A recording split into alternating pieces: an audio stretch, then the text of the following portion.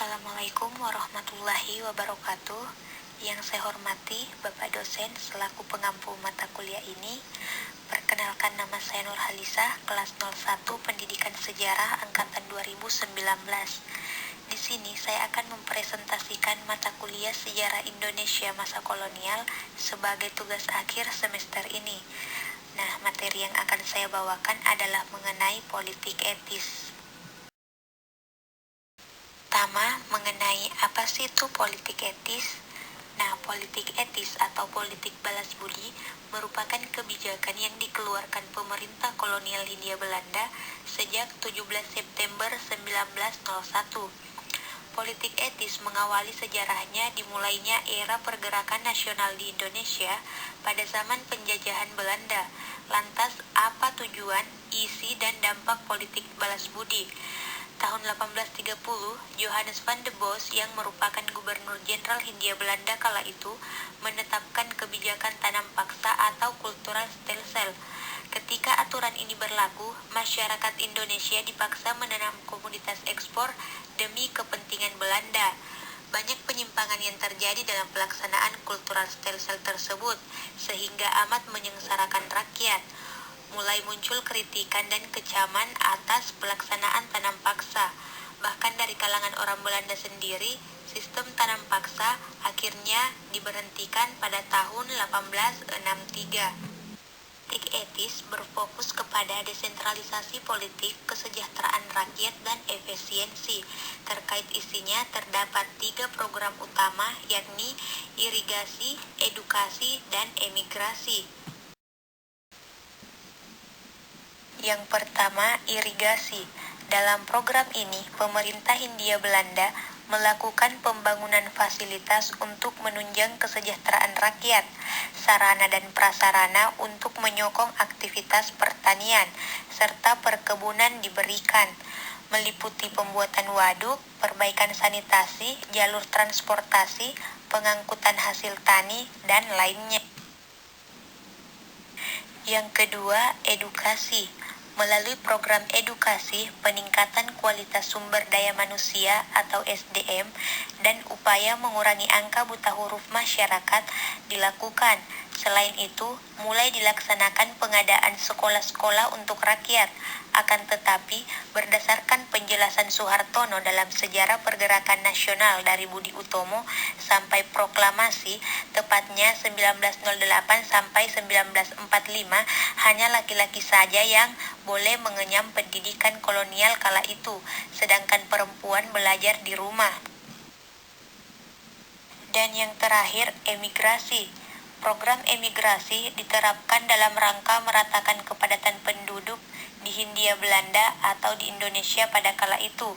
Pada tahun 1900-an saja, Jawa dan Madura telah dihuni oleh 14 juta jiwa. Melalui kebijakan yang mulai aktif pada 1901 ini, didirikan pemukiman-pemukiman baru di Sumatera yang disediakan untuk tempat perpindahan rakyat dari wilayah yang padat penduduk. Dan yang selanjutnya mengenai dampak-dampak yang diakibatkan dari politik etis atau politik balas budi ini. Yang pertama, ada dampak negatif.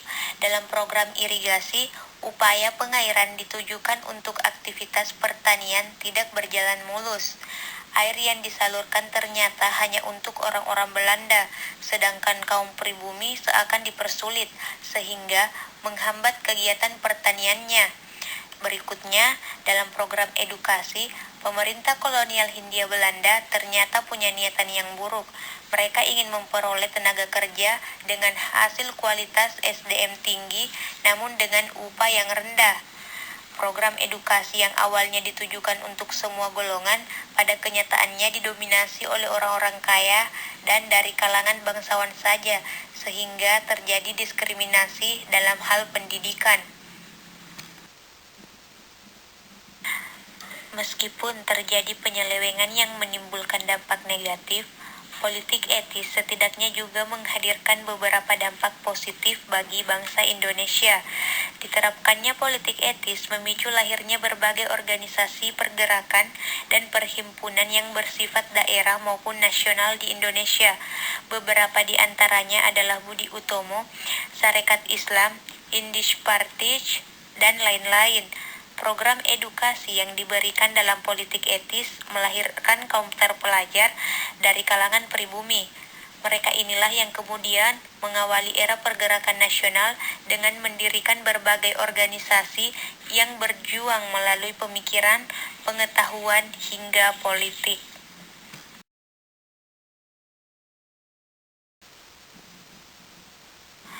Selanjutnya yaitu mengenai lahirnya pergerakan nasional. Kebijakan politik etis pemerintah kolonial Belanda dalam mendirikan sekolah-sekolah bagi anak-anak pribumi merupakan langkah awal dalam perjuangan pemuda di Indonesia. Meskipun sebagian besar yang diperbolehkan sekolah adalah anak-anak dari para bangsawan pribumi atau elit pribumi, namun kemudian para anak bangsawan itu muncul sebagai kaum intelek yang memikirkan nasib bangsanya yang tertindas. Para pemuda lulusan sekolah-sekolah tinggi di kehakiman, kedokteran, dan teknik yang kemudian berperan dalam perjuangan para pemuda di Indonesia, kalangan terpelajar. Pada awalnya, perjuangan pemuda Indonesia dimulai dari sekolah menengah, Stovia, Osvia, dan sekolah pertanian. Namun kemudian mahasiswa dari sekolah tinggi pun ikut mengambil bagian. Lulusan sekolah-sekolah menengah maupun sekolah tinggi itu yang kemudian menjadi pioner dalam perjuangan bangsa Indonesia dan pergerakan emansipasi kemerdekaan. Melalui surat kabar dapat dilihat kondisi kaum pribumi pada masa kolonial Belanda, antara lain keterpurukan hidup yang dialami masyarakat Indonesia dalam berbagai bidang, status yang rendah bila dibandingkan dengan golongan Eropa, diskriminasi antara pribumi dan Belanda. Melihat keadaan bangsanya yang tertindas demi kepentingan para petinggi dan negara Belanda, para elit pribumi itu kemudian memiliki gagasan dan mengajak rakyat pribumi untuk melawan pemerintahan kolonial Belanda. Perlawanan tersebut dilatar belakangi atas hasrat ingin maju dan memperluas kesempatan menuntut pendidikan. Selanjutnya, mengenai organisasi-organisasi nasional yang dibentuk oleh generasi muda. Yang pertama ada Budi Utomo, 20 Mei 1908. Yang kedua ada Sarekat Islam, 10 September 1921. Dan yang terakhir ada Indies Partij, 25 Desember 1912. Budi Utomo, 20 Mei 1908. Para pendiri organisasi Budi Utomo merupakan para murid Stovia di daerah Kuitang, sekarang termasuk salah satu daerah di Jakarta, yaitu Sutomo, Gunawan, dan Gumrek pada 20 Mei 1908. Organisasi Budi Utomo didirikan untuk merealisasikan keinginan Dr. Wahidin Sudirohusodo yang merasa iba melihat nasib bangsanya yang tidak dapat mengenyam pendidikan di bangku sekolah. Beliau bertekad untuk mendirikan study funds atau dana belajar atau biasa yang disebut juga dengan beasiswa. Dana tersebut disediakan untuk anak-anak Jawa yang tidak dapat melanjutkan pendidikan karena kurangnya biaya. Program utama dari organisasi ini adalah perbaikan pendidikan dan pengajaran bagi anak-anak pribumi. Usaha-usaha yang akan dilakukan oleh Budi Utomo adalah yang pertama, memajukan pengajaran sesuai dengan yang dicita-citakan Dr. Wahidin. Yang kedua, memajukan pertanian, peternakan, dan perdagangan. Yang ketiga, memajukan teknik dan industri. Dan yang terakhir, menghidupkan kembali kebudayaan. Yang kedua, Sarekat Islam 10 September 1912. Pada tahun 1905 didirikan sebuah organisasi bernama Sarekat Dagang Islam di Jakarta. Kemudian pada tahun 1911 Sarekat Dagang Islam di Bogor.